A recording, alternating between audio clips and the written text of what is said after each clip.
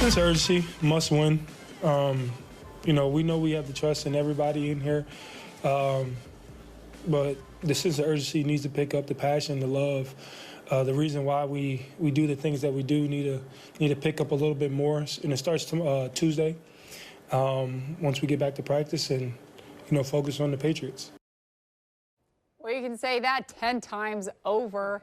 That was a tough loss for the Jaguars against the Bears yesterday. Justin, it felt like a different loss. This felt kind of hopeless, and it kind of felt, unfortunately, like they lost the season right here. And, people draw the comparison to how it felt in the Bills game, but I think the loss to the Bears on Sunday was far different, dealing with a rookie quarterback, big-time rookie receiver, and I just don't think Jacksonville really was in this game.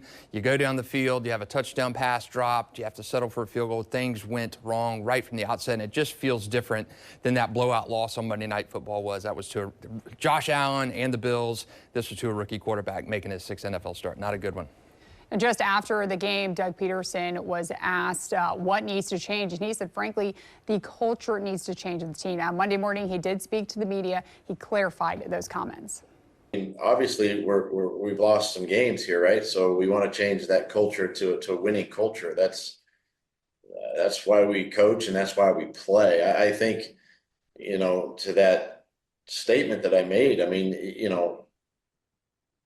these guys, listen, they bust their tail. I've said this, and you've seen how we've practiced. I mean, these guys bust their tails during the week, and I don't want them to feel, even though we haven't won yet, I don't want them to feel sort of mentally defeated, if that makes sense. Because that's where the slippery slope comes in, right? If you feel like you're going into a game where you don't have a chance, then you're not going to have a chance. You're not going to give yourself an opportunity to win that game. So that's what I mean by that culture there. We just got to make sure these guys stay mentally, stay positive with each other, stay positive, during the week, and listen, bottom line is just go out and have fun and play. And it's a great game to coach and a great game to play, but winning obviously helps that. Andre Cisco said after the game that the effort just wasn't there, and he felt like some of his teammates quit. When you saw it, when you watched the game, you kind of saw that. It was evident that they were just getting outplayed completely. Yeah, look, the Bears have a good defense. I think with Caleb Williams, the potential is there. He's throwing to a first-round receiver. He's got a good receiving core in place. So they weren't playing the Patriots. I do think the Patriots would be a little bit different story. But Jacksonville, you're lacking the energy. You're lacking that cohesion. Whatever it is, you can't put a finger on it. I think Andre was right. I think some players did not give it their all in that game, and that's something that Doug Peterson, the staff, has to figure out how to get them out of that mode. I think the worst part of the game was the Bears' drive when the Jaguars' defense kept extending it with 3 different flags. And 2 of those were on guys that they acquired in free agency. Ronald Darby with two holding penalties. Yeah, on 3rd down as well. I mean, it's unbelievable. You have a great drive. I mean, Trayvon Walker ended one of those on 3rd down with a sack of Caleb Williams. That was flagged for 12 men on the field. Then you come back, it's 3rd and 3. Ronald Darby flagged for holding, automatic first down. Another one down on that drive. Caleb Williams throws it away. Darby flagged again for holding, and it was just kind of a snowball effect from there. But really kind of Ronald Darby epitomized this free agency class and what it's been. It's really been a little bit lackluster. And Doug Peterson, he says that he's, somewhat pleased with the guys in free agency, but just like the rest of the team, there could be much more talent. Yeah, obviously those are things that we have to take a look. I have to take a look at. We have to look at those, internally. I do believe that these guys are they're helping us. So listen, we all need to do better. It's not, again, I'm not here to, point the finger at anybody, but myself really, and just make sure that we're getting the most out of everyone. We're putting, the best 11 on the field, and we've got to look at that, as a staff, and I know Gabe's banged up a little bit right now, and Eric's been working through his, the off-season injury and working himself back in, and obviously it's unfortunate with Devin right now, but it's something that we've got to just continue to work. continue to just keep showing everybody, you know, the good and the bad, and make the necessary corrections. Well, speaking of the guys that they acquired in free agency, Gabe Davis dropped 2 potential touchdown passes. He really hasn't been the guy that everyone, I think even we thought he was going to be in the beginning of the season. Yeah, he was banged up in camp, and the knock on Gabe is that he was never really the guy in Buffalo. He never had more than 45 receptions in a season. He would vanish in portions of games. And yes, he had big play, field stretching ability, but he's just not been able to deliver. I don't know if that's injury-wise or the ball's hitting him in the wrong spot in the hands. I don't know, but it's not working. Another guy, Devin Duvernay, he's on the injured list. So it's been just a kind of a cohesive mess in terms of the guys they brought in, be it injuries or not the ability to click. Something's not happening to Eric Armstead. It's just been kind of a bad look on Trent Baalke and Doug Peterson with some of these signings. And it's a little surprising because what the Jaguars are dealing with now, it's not, you know, complete just a disaster of a scheme-wise, or it's just minor things that they're just, it's really down to the fundamentals, it seems. Yeah, and it's disappointing because you talked about the fundamentals last year. We talked to Josh Hines-Allen in the locker room after the loss to Titans in Week 18, and he said it's fundamentals. We had to try to get back to basics, and we shouldn't be having to get back to basics in Week 18 of the season. This is something we've already should have known. Well, it's going into Week 6 and 7 in the NFL, and you're still struggling with those fundamental things. First 3 weeks of the season, defense played well enough to win football games. Ever since then, it has been falling off a cliff, and you got to come to the really what the expectation is for this team, and it's not to give up games like you saw to Josh Allen or to Caleb Williams. Something's got to be done on defense.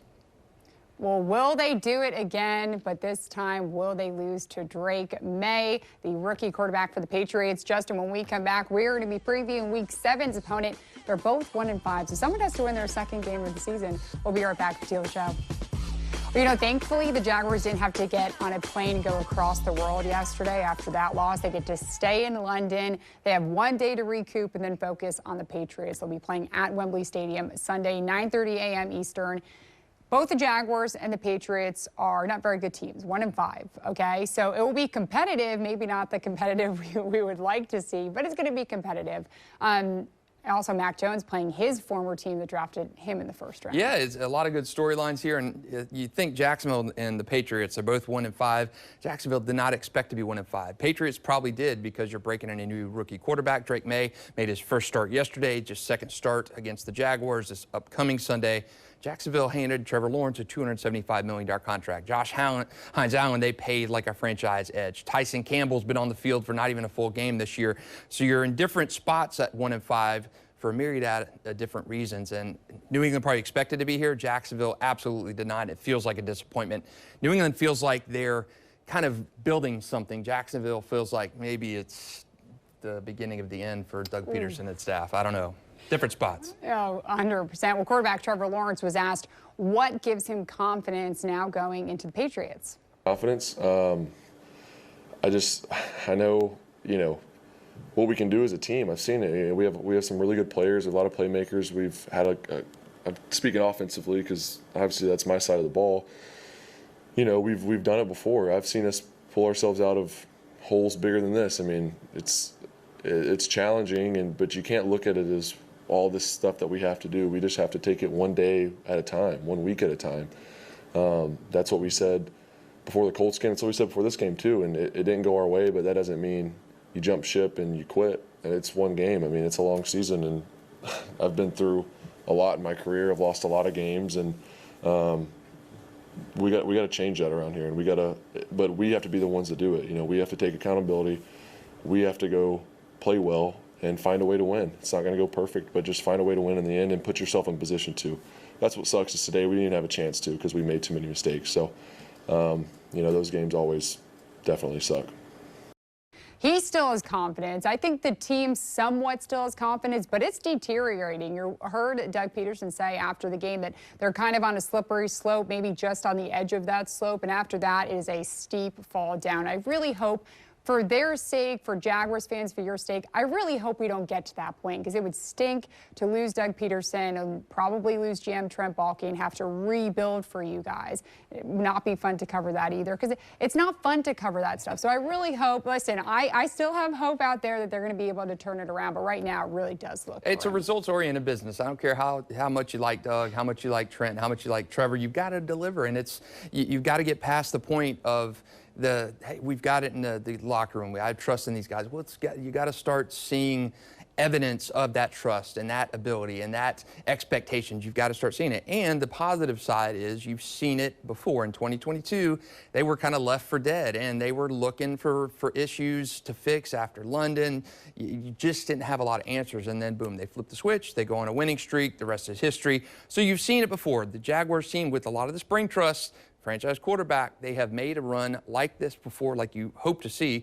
And I don't think it's out of the realm of possibility, but you got to get that one. I thought it'd be Chicago, and I thought they'd win the Patriots game. I thought they'd come back from London on a 3-game winning streak. It's not happened. So you got to come back from London with at least one win in the Patriots, and I think they get it this week. But you got to get one to get two, and I think they can do it. Well, you always hear the coaches, the players say 1-0 each week. Hopefully we're talking about a win on Sunday, and hopefully when Jamal and Frank join you next week for Teal the Show, they will also be talking about a win. Thank you so much for watching, and that's your Teal the Show.